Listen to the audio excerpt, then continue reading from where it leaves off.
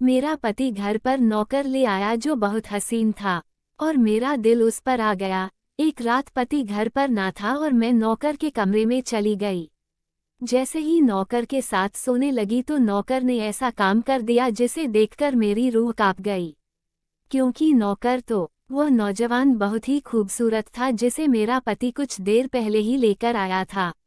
जैसे ही मेरे पति ने डोर बेल बजाई मैंने दरवाजा खोला तो अपने पति के साथ खड़े उस नौजवान को देखकर तो मैं अपनी आंखें झपकना ही भूल गई थी। वह नौजवान हुस्न का शहजादा था, खूबसूरती से भरपूर। मैं तो यह तक भूल गई थी कि उसके बराबर में मेरा पति भी खड़ा है। मेरे पति ने मुझे बाजू से हिलाया तो मैं चौंक गई। कहने लगा, क्या हुआ, पीछे हटो, सोहम को अंदर आने दो। वह नौजवान 25 साल का था। मैं पीछे हट गई। मेरा पति उसे अंदर ले आया। मैं हैरान थी कि मेरे पति इसे क्यों अपने साथ लेकर आए थे। मुझे बिना दुपट्टे के देखकर बड़ी तेज नज़रों से मेरे पति ने मुझे देखा था। मैं घर पर अकेली रहती थी और मेरे घर पर पति के अलावा कोई नहीं था, इसीलिए मैं दुपट्टा नहीं ओढ़ती थी। लेकिन जब मेरे पति रोहन की नज़रों ने मुझे एहसास दिलाया कि आज उसके साथ एक नौजवान लड़का भी है, तो मैंने फौरन से दुपट्टा खुद पर ओढ़ लिया। उस नौजवान ने एक नज़र भी उठकर मेरी तरफ देखा नहीं था। जब से आया था नज़र झुकाए खड़ा था। मैंने अपने पति से पूछा कि यह कौन है। वह कहने लगे, यह बेसहारा नौजवान है लेकिन है शरीफ, इसीलिए मैंने इसे घर में नौकरी के लिए रख लिया है। यह घर के छोटे मोटे काम तुम्हारे साथ करवा दिया करेगा। हालांकि यह बात सुनकर मुझे बुरा लगना चाहिए था कि एक नौजवान को मेरे पति घर ले आए थे, वह भी घर के कामकाज करवाने के लिए। मुझे बुरा नहीं लग रहा था, अंदर ही अंदर न जाने क्यों मैं अपने पति के इस फैसले से बड़ी खुश थी। मैंने कहा, यह तो आपने बहुत अच्छा किया, क्योंकि मुझे घर के काम करने में बहुत मुश्किल पेश आ रही थी और फिर जब बाजार से सामान लाना होता है तो मैं तो थक जाती हूँ। वह कहने लगे, हाँ इसीलिए तो रखा है ताकि तुम्हें बाहर न जाना पड़े। तुम बाहर के सारे काम इसे करवा सकती हो और घर के भी छोटे मोटे काम भी यह कर दिया करेगा। हमारा घर बहुत बड़ा तो नहीं था कि नौकरों के लिए कोई रूम होता, इसीलिए मेरे पति ने घर का स्टोर रूम इस लड़के के लिए खाली कर दिया। मेरे पति ने वहीं पर एक बेड रखी और एक पंखा भी लगा दिया। फिर मेरे पति ने एक प्लेट में खाना डाला, वो भी उस स्टोर रूम में दे दिया। मुझसे कहने लगे कि जब कोई काम ना हो तो इसे घर में ज़्यादा घूमने फिरने मत देना, इसे कहना कि स्टोर रूम में रहा करें। मैंने कहा, ठीक है। ना जाने क्यों मेरे अंदर एक अजीब सी कैफियत जन्म ली गई थी। मुझे पूरी रात सुकून से नींद नहीं आई थी। आंखें बंद करती तो उस नौजवान का चेहरा मेरी आंखों के सामने आने लगा। न जाने क्यों लेकिन मेरा दिल यह चाह रहा था कि जल्दी से सुबह हो जाए और मेरा पति अपने काम पर चला जाए। मैं इस नौकर को जी भर के देखूं, जिसकी एक झलक ने मुझे दीवाना कर दिया था। इतनी चमक तो मैं आज तक किसी लड़के के चेहरे पर नहीं देखी थी जितना इस नौजवान के चेहरे पर था। बस मुझे हैरत यह थी कि कैसा अजीब आदमी था, इसने एक बार भी मेरी तरफ आंख उठाकर नहीं देखा था। अगले दिन सुबह में जल्दी उठ गई थी। मैं किचन में नाश्ता बना रही थी कि जब मेरे पति ने स्टोर रूम के दरवाजे पर दस्तक दी। वह नौजवान बाहर आ गया।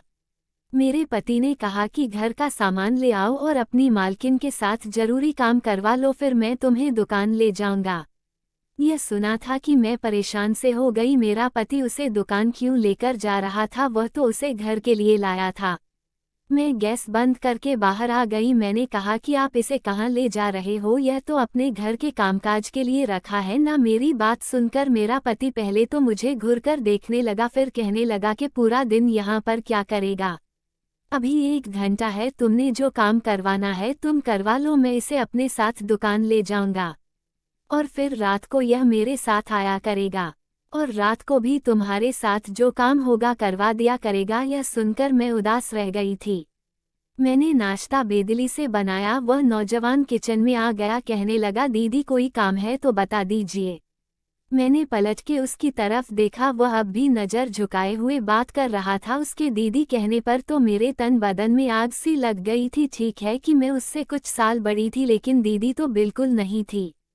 मैंने कहा, देखो मेरा नाम अंजलि है, मुझे अंजलि कहा करो, मैं इतनी बड़ी नहीं हूँ कि तुम मुझे दीदी बोलो। मैंने बड़े गुस्से में उसे यह कहा था। फिर मैंने गुस्से से बर्तन बसन में रखे और उससे कहा कि बर्तन धोकर और किचन साफ करके फिर जाना। यह कहकर मैं बाहर आ गई। मेरा पति तैयार हो रहा था। तैयार होकर जब तक वह नाश्ता करके निपटा तो वह नौजवान भी किचन की साफ सफाई कर चुका था। बाजार से सामान भी ले आया था। कुछ ही देर में मेरा पति उसे अपने साथ दुकान पर ले गया। न जाने क्यों आज का दिन बड़ी मुश्किल से मैंने काटा था। ऐसा लग रहा था कि जैसे वक्त ठहर सा गया हो। मैं बार बार घड़ी की सुइयां देखती रही। हालांकि रोजाना मेरा वक्त यूं ही गुजरता था, लेकिन घर के कामों से मुझे फुर्सत नहीं मिलती थी। दिन बहुत जल्दी गुजरा हुआ महसूस होता था, लेकिन आज तो ऐसे था जैसे वक्त कट ही नहीं रहा हो। मैं अपनी बेचैनी से बहुत परेशान थी। बार बार मुझे इस नौजवान का ही ख्याल आ रहा था।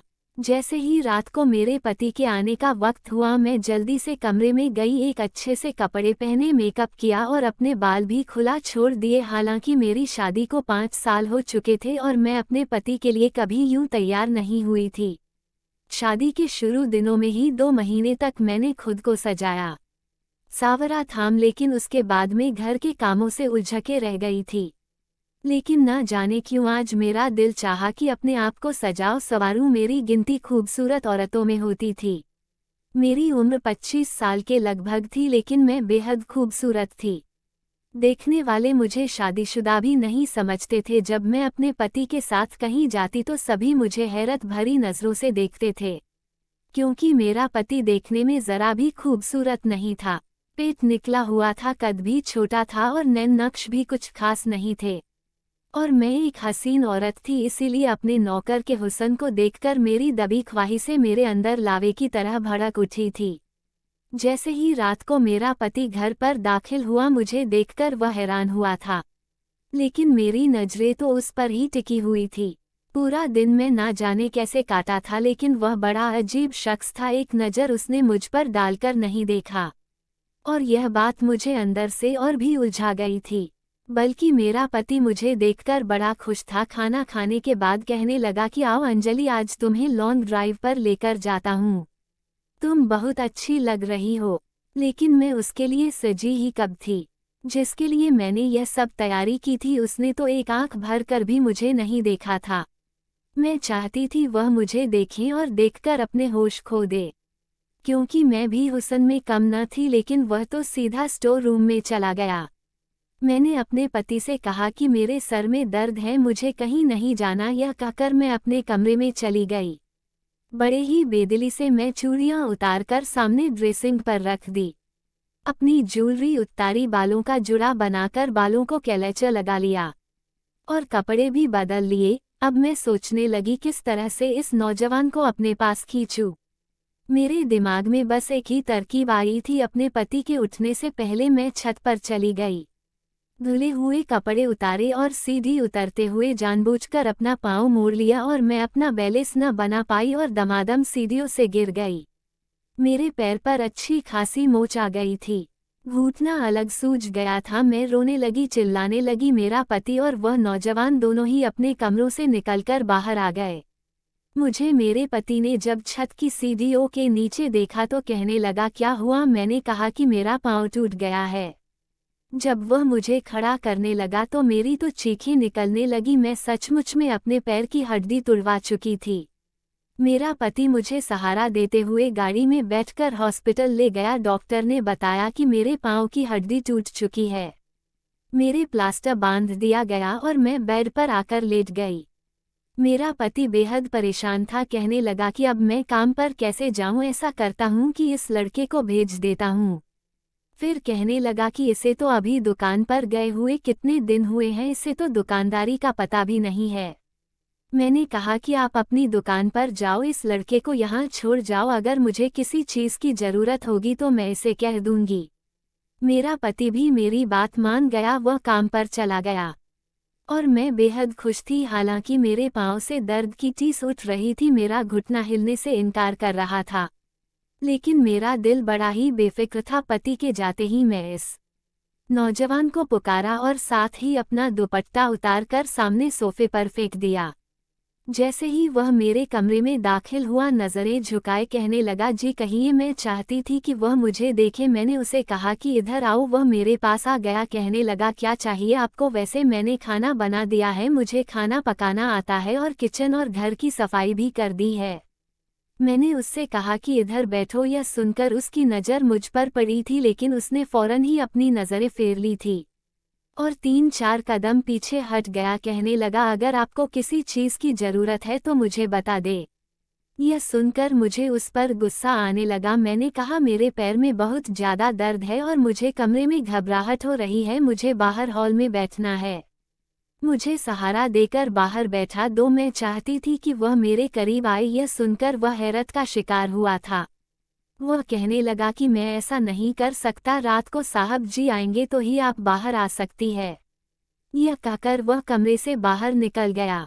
मुझे उस पर जी भर के गुस्सा आने लगा था। वह समझता क्या था खुद को? जितना मैं उसके पास जाने के बहाने ढूंढती उतना ही मुझे कतराता था। लेकिन एक बार मुझे मौका मिल गया। जैसे ही मेरा पति काम के लिए घर से बाहर निकला, मैं जानबूझकर चिल्लाने लगी। जैसे कि गिर गई हूँ। मैं बेड का सहारा लेकर जमीन पर बैठ गई, बैसाखी भी एक तरफ फेंक दी, जैसे लगा हो कि मैं बेड से नीचे गिर गई हूँ। रोहन जैसे ही कमरे में दाखिल हुआ, मैं चिल्लाने लगी, रोने धोने का ड्रामा करने लगी। वह मेरे पास आ गया, मजबूरन उसे मुझे सहारा देना पड़ा। जैसे ही उसने मेरा बाजू अपने कंधे पर रखा और मेरी कमर पर हाथ रखकर मुझे उठाने की कोशिश करने लगा, उसकी इस हरकत पर मेरा दिल खूब जलने लगा। मैं बेहद खुश थी। उसने मुझे बेड पर बैठाया, फिर तो मैंने यह सिलसिला ही पकड़ लिया था। मैं बार बार उसे पुकारती, वह बेचारा मजबूरन मुझे सहारा देता। मैं चाहती थी कि मेरी करीबी उसे बेचैन कर दे और फिर एक मर्द कोई औरत के इतने करीब होने से कुछ ना कुछ तो उसके में भी दिल हलचल शुरू कर देती। असल में जब इंसान को जो चीज़ मिले जिसकी उसे ख्वाहिश होती है तो वह चीज़ उसे परेशान करने लगती है। मेरा भी यही मसला था। मेरी शादी को 5 साल बीत गए थे लेकिन औलाद नहीं हुई थी।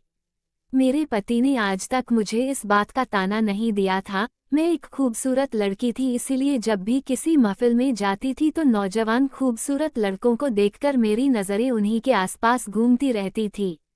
मैं हसीन और नौजवान को देखकर ठंडी आहें भरती थी। उस वक्त मुझे अपने साथ बैठा अपना पति बहुत बुरा लगता था। कभी लगता कि मैं जज्बात में आकर गलत फैसला कर लिया। मैंने सिर्फ पैसा देखा क्योंकि मेरे बाप के घर में पैसे की बहुत कमी थी। उस वक्त मुझे यही लगा कि जब मेरे पास पैसा होगा तो मुझे जिंदगी के तमाम ऐश मिलेंगे, तो यह कसक भी दिल से जाती रहेगी, मेरा पति खूबसूरत नहीं है। अब इंसान को हर चीज़ तो नहीं मिलती है। मुझे लगा था कि वक्त के साथ साथ मेरे दिल की यह ख्वाहिश खत्म हो जाएगी, लेकिन ऐसा नहीं हुआ। मुझे कभी भी मेरा पति अच्छा नहीं लगा। हाँ, यह था कि मैं एक अच्छे बड़े घर में रहती थी। मेरे कमरे में ऐसी लगा हुआ था, खाने पीने के लिए हर चीज़ थी। पैसा खर्च करते हुए मुझे सोचना नहीं पड़ता था। लेकिन मुझे अपने पति की संगत से घिन आती थी। मुझे वह बिल्कुल भी अच्छा नहीं लगता था। जितना वक्त मेरा उसके साथ गुजारा, मैं एक दिमागी तकलीफ से गुजरती थी। उस वक्त ना तो मुझे कोई ऐसी अच्छा लगता था और ना ही वह बड़ा घर। कभी कभी मुझे यह लगता कि शायद मैंने गलती की। अगर मेरा पति मेरा मनपसंद होता तो शायद मैं उसके साथ एक कमरे में भी हंसी खुशी गुजार लेती, उसे जी भर के बात करती। रोहन को देखकर मुझे लगा कि बस मेरी तलाश खत्म हो गई है। मैं चाहती थी कि वह मेरी तरफ खींचा चला आए, लेकिन वह नज़र ही नहीं उठाकर देखता। मैं उसकी आंखों में अपना अक्स देखना चाहती थी। अब मेरा पाँव काफ़ी हद तक ठीक हो चुका था, प्लास्टर भी उतर चुका था, लेकिन मैं जानबूझकर चीखने लग जाती थी ताकि वह मुझे सहारा दे। मेरा पति कहने लगा कि मैं तुम्हें एक स्टैंड ला देता हूँ, उसकी मदद से तुम्हारे लिए चलना फिरना आसान हो जाएगा। और डॉक्टर ने तो कहा है कि तुम अपने पाँव पर वजन रख सकती हो। मैंने गुस्से से अपने पति की तरफ देखा तो मैंने कहा, डॉक्टर को क्या पता है कि मुझे क्या तकलीफ है? उसका क्या है, वह तो जो चाहे कह देगा। लेकिन यह ड्रामा भी मैं कब तक कर सकती थी? मैं अपने पति से पीछा छुड़वाना चाहती थी। एक बार जब मेरा पति दुकान पर किसी से फ़ोन पर बात कर रहा था, लेकिन वह बात करने में बिजी था, मेरा पाँव अब चलने फिरने के काबिल था। मैं जानबूझकर धीरे से चलती हुई किचन के दरवाजे तक चली गई। रोहन किसी से कह रहा था कि मैं बहुत जल्द माँ को तुम्हारे घर भेज दूंगा, अब तो मेरी नौकरी भी लग गई है। तुम्हारा बाप अब इनकार नहीं कर सकता, मैंने बहुत बड़ी रकम भरी है। मैं शादी करके तुम्हें शहर ले आऊंगा। यह सुना था कि मेरे होश उड़ने लगे। मैं तो रोहन से बेहद मोहब्बत करने लगी थी। उससे जुदा नहीं हो सकती थी। मैं चाहती थी कि वह मुझसे मोहब्बत करे, लेकिन वह तो शायद किसी और लड़की के चक्कर में था। मैं धीरे धीरे से चलती हुई अपने कमरे में गई। मुझे इस वक्त सब कुछ बुरा लग रहा था। मेरा जी चाहा कि वह लड़की मेरे सामने आ जाए तो मैं उसका गला घोंटकर उसे। रोहन मेरे अलावा कैसे किसी लड़की से मोहब्बत नहीं कर सकता है। मैंने आईने के सामने अपने आप को देखा। मैं बहुत खूबसूरत थी। यह कैसे मुमकिन है कि मैं रोहन को अच्छी ना लगूं? वह कैसे मेरे अलावा किसी भी ऐसी लड़की की तरफ देख सकता है? फिर मेरे दिमाग में आने लगा कि हो सकता है कि वह लड़की बहुत खूबसूरत होगी, मुझसे भी ज्यादा हसीन होगी। बहरहाल जो भी है, मैं यह बर्दाश्त नहीं कर पा रही थी। गुस्से से मेरी आंखों से आंसू बहने लगे। मैंने रोहन को आवाज दी, मेरे कमरे में आ गया। लेकिन मुझे सही सलामत अपने पांव पर खड़ा देखकर वह कुछ हैरान सा हुआ था। कहने लगा, बीवी जी क्यों बुलाया मुझे? मैंने कहा, अंदर आओ, मुझे तुमसे कुछ बात करनी है। वह अंदर दाखिल हो गया। मैंने उसे कहा कि मैं उससे मोहब्बत करती हूँ। यह सुनकर तो वह हैरान रह गया था। पहली बार उसने मेरी तरफ देखा था, लेकिन वह भी नफरत से। कहने लगा, शर्म नहीं आती मुझसे इस तरह की बातें करते हुए? मैंने कहा, तुम हो ही इतने हसीन, उसमें मेरा तो कोई कसूर नहीं है। फिर मैंने अपनी अलमारी से उसको बहुत सारे पैसे निकाल कर दिए। यह देखकर भी वह हैरान था। मैंने कहा, मैं तुम्हें नोटों से भर दूंगी अगर तुम मेरी ख्वाहिश पूरी करोगे। मेरी बात अभी यही तक थी, उसने जोरदार थप्पड़ मेरे मुंह पर मार दिया। कहने लगा, उससे आगे एक लफ्ज और कहा तो मैं मलिक को बता दूंगा कि आपकी क्या सोच है। मैं तो हमेशा आपको बड़ी बहन की तरह समझता था। आपको शर्म नहीं आती मेरे बारे में ऐसा सोचते हुए? मुझे उसके थप्पड़ से इतनी तकलीफ नहीं हुई जितना उसके बहन कहने से हुई थी। मैंने कहा, नहीं हूँ मैं तुम्हारी बहन, मैं तुमसे मोहब्बत करती हूँ। तुम्हारी मोहब्बत में दीवानी हो चुकी हूँ। मुझे हर कीमत पर तुम्हें पाना है। और जिस लड़की से तुम शादी की बात कर रहे थे, मैं तुम्हें वह भी नहीं करने दूंगी। और अगर तुमने कोशिश की कि तुम मेरे पति को मेरे बारे में कुछ भी बताओ तो तुम सोच भी नहीं सकते कि मैं तुम्हारे साथ क्या कर सकती हूँ। मैं जुनूनी हो चुकी थी। मैं दीवानों की तरह चिल्लाकर उससे कह रही थी। यह सुनकर वह फौरन से कमरे से बाहर निकल गया। अगले दिन जो कुछ उसने कहा, मैं तो होश खो बैठी थी। वह मेरे पति से कहने लगा कि मैं आपकी नौकरी नहीं कर सकता। मेरे पति ने कहा कि क्यों नहीं कर सकते? क्या तुम भूल रहे हो कि तुमने मेरे साथ 3 साल का कॉन्ट्रैक्ट किया है?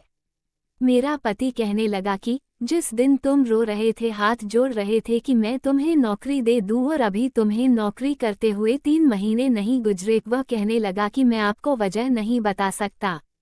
मेरे पति ने उसे कहा कि ठीक है, जो पैसे मैंने तुम्हें एडवांस दिए थे दो, मुझे वह वापस कर दो। पूरे 8 लाख की रकम मैं तुम्हें यूं ही नहीं दी थी कि तुम 3 महीने में खुद नौकरी छोड़ो।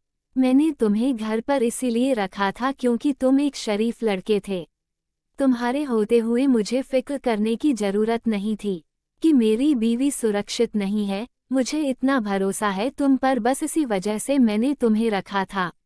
और वैसे भी मैं कल शहर से बाहर जा रहा हूँ, 4 दिन बाद वापस लौटूंगा, इसीलिए 4 दिन तक मैं तुम्हें कोई छुट्टी नहीं दे सकता। वापस आकर तुम चले जाना और मेरी रकम मुझे वापस हर हाल में चाहिए। मेरा पति 4 दिन के लिए कहीं जा रहा था। यह सुनकर तो मैं बहुत खुश थी। उन 4 दिनों में तो मैं रोहन से अपनी हर ख्वाहिश पूरी करवा सकती थी। रोहन यह सुनकर बहुत परेशान हुआ था। अगले ही दिन मैंने अपने पति का बैग तैयार कर दिया। वह कहने लगा, इसका जरा ध्यान रखना, कहीं भागने की कोशिश ही ना करे। पूरे 8 लाख का एडवांस ले चुका है। इसे सख्त जरूरत थी इसका चाचा, इसकी कजिन की शादी किसी और से कर देता। 8 लाख देकर ही उसने अपना रिश्ता वहां पक्का किया है। मुझे अब समझ आया था कि क्यों यहाँ पर काम कर रहा था। मेरा पति चला गया, रोहन भी दुकान पर चला गया। वह रात को लौटा तो उस वक्त में अपनी हुस्न के साथ उसके सामने खड़ी थी। मुझे देखकर उसने अपनी नजरें बदल ली। मैं खूब तैयार हुई थी। वह सीधा स्टोर रूम में चला गया और अंदर से दरवाजा लॉक कर लिया। यह देखकर मुझे उस पर गुस्सा आने लगा। मैंने कहा दरवाज़ा खोलो। कहने लगा आप यहाँ से जा सकती हैं, मैं दरवाज़ा नहीं खोलूँगा। मैं काफ़ी देर उसका दरवाज़ा बजाती रही, फिर थककर अपने कमरे में आ गई। मुझे उस पर बहुत गुस्सा आ रहा था। उस रात के 3 बजे मेरे दिमाग में ख्याल आया कि स्टोर रूम की चाबी तो मेरे ही पास है। मैंने दराज से स्टोर रूम की चाबी निकाली और बहुत आहिस्ता से स्टोर रूम खोला। सामने चारपाई पर रोहन मुंह पर चादर लिए हुए सो रहा था। मैंने धीरे से स्टोर का दरवाज़ा बंद किया और उसके चारपाई पर जाकर लेट गई। कमरे में खूब अंधेरा था। जैसे ही मैं उसके गले लगी, मेरे कानों ने जो आवाज़ सुनी वह मेरे होश उड़ाने के लिए काफ़ी था। वह तो मेरे पति की आवाज़ थी। मैं एकदम उठकर बैठ गई। एक टॉर्च लाइट थी जो मेरे मुंह पर पड़ी थी। उसकी रोशनी से मैं बेड पर लेटे शख्स को भी देख चुकी थी। वह मेरा पति था। यह देखकर मेरे होश उड़ गए। वह कहने लगा तुम्हारी हर बात मुझे रोहन बता चुका था और मैं झूठ बोला था कि मैं दूसरे शहर जा रहा हूँ। मैं तुम्हारी असलियत देखना चाहता था।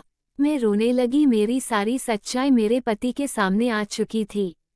उसने वही मुझे तलाक दे दिया और कहने लगा कि सुबह अपने घर वापस चली जाना, क्योंकि मैं बदसूरत औरत के साथ जिंदगी गुजार सकता हूँ लेकिन बेवफा औरत के साथ नहीं। मर्द पूरा दिन मेहनत करके बीवी की तमाम इच्छाएं इसीलिए पूरा करता है कि उसे अपनी बीवी की वफादारी मिले, वरना पैसे देकर तो कोई भी गलत औरत बिस्तर पर लेटने को तैयार हो जाती है। मैं अपना सब कुछ खो चुकी थी। काश के मैंने अपनी नज़रों की हिफाजत की होती जैसे कि एक मर्द होते हुए रोहन ने की थी। रिवॉल्विंग हार्ट्स, धन्यवाद। आपको ये कहानी कैसी लगी हमें कमेंट करके ज़रूर बताइए, क्योंकि आपके कमेंट्स ही हमें और बेहतर लिखने के लिए प्रेरित करते हैं। अमीना कहानी वर्ल्ड को सब्सक्राइब करना न भूलें। धन्यवाद, शुक्रिया।